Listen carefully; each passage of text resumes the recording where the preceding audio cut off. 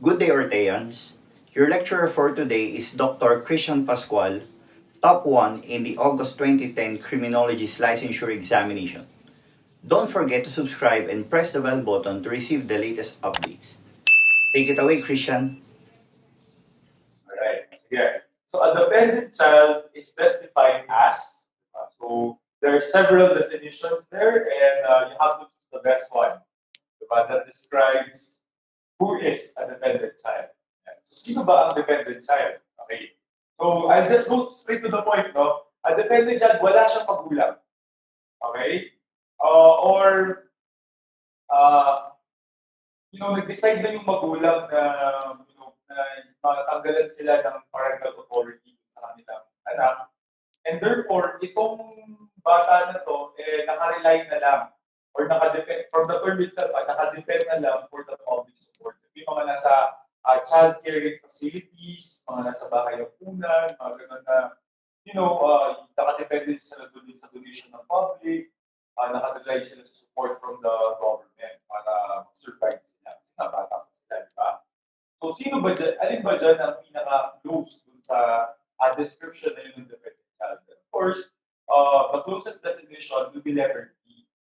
And so, a person who is without a parent, guardian or custodian, or whose parents, guardian or custodian, for good cause, desires to be relieved of his care and custody and is reliant upon the public for support. Ano naman yung letter A? Diba? Sabi ng letter A, meron siyang magulang. Sa letter A, meron siyang magulang or guardian, pero yung guardian niya, iniwan siya for a period of at least 6 continuous months. Diba? So kapag ganyan na yung situation ng bata, hindi pa siya dependent child, we could say that the child under the law is considered neglected. Meron siyang neglected child, unlike yung dependent child, may magulang siya, but the parent or guardian deserted him for a period of at least 6 continuous months. Tuloy-tuloy. Paano sir kapag hindi continuous? Paano pag putol-putol yung pag-iwan sa kanya? Sometimes nandyan, yung nanay, tapos biglang after 3 months, aalis na naman, after 1 month, babalik na naman, and all. Anong tawag sa kanya? We could say that that child could be, can someone comment on the comment section? Ano pag hindi 6 continuous months? Anong tawag doon? May parents, pero, laging wala yung mga magulang. Yun! Hindi. Ay, sorry. Okay. Sorry. Yung letter A is what you call, gumagana ko pa ngayon. Letter A is called abandoned child. Pag na-abandon na ka for at least 6 continuous months. Sabi ko na tuloy yung sagot dun sa next. Pero kapag hindi continuous, ang tawag doon, sorry Marico, thank you Marico for reminding me. Ang tawag doon is neglected child. So, letter A dyan, you see, is what you call an abandoned child. So if your parents is gone for at least 6 continuous months, you could be considered as an abandoned.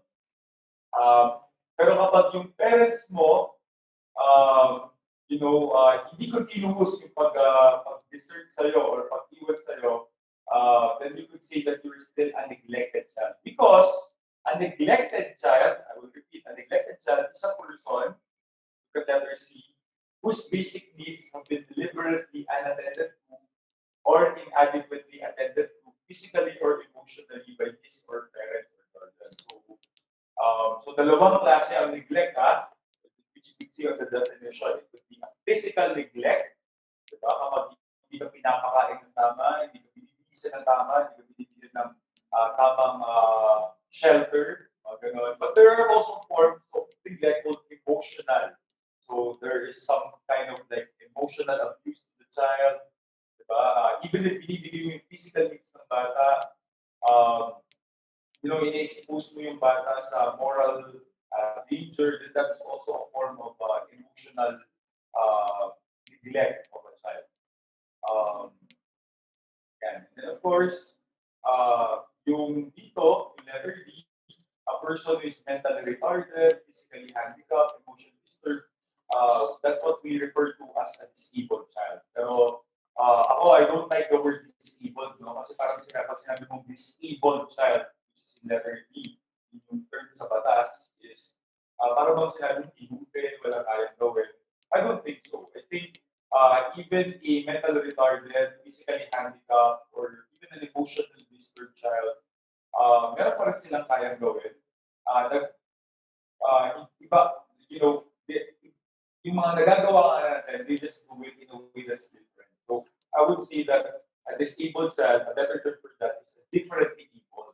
Able pa rin sila, differently nga lang. Pero may kaya pa rin silang gawin. Alright, so again, ulitin ko lang. Letter A, yun yung para lang klaro kasi baka matanong sa board exam. Mahirap naman, sisihin nyo ako. When you talk about letter A, that is what you call a abandoned child. So kapag iniwan ka ng magulang mo for at least 6 continuous months, this is a suke question in the board exam, then that's considered an abandoned child.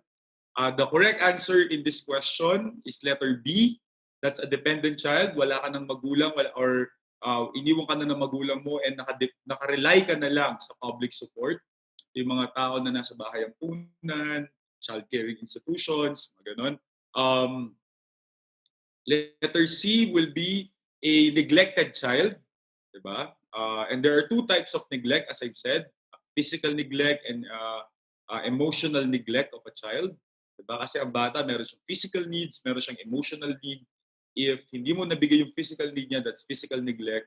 If hindi mo nabigay yung emotional or psychological need, then that's emotional neglect. And then, letter D, a mentally retarded, physically handicapped, all of those are referred to by the law as disabled children. Pero ang sabi ni Sir Pascual, we don't want them to be called disabled children. I think the better term for them are differently able children. Diba? Okay ba? Malinaw bang yun? Is that clear? Masasagot nyo ba yun in the board exam? Kung natanong? Yan, thank you, Aldrin. No? If you want to learn more from him, take our Road to 1 Million challenge. If this channel hits 1 million subscribers, we will release the rest of his lectures. Or you can watch the rest of his lectures now by enrolling in Ortea Criminology Review. Just message us on our Facebook account for more details. See you soon, Orteans!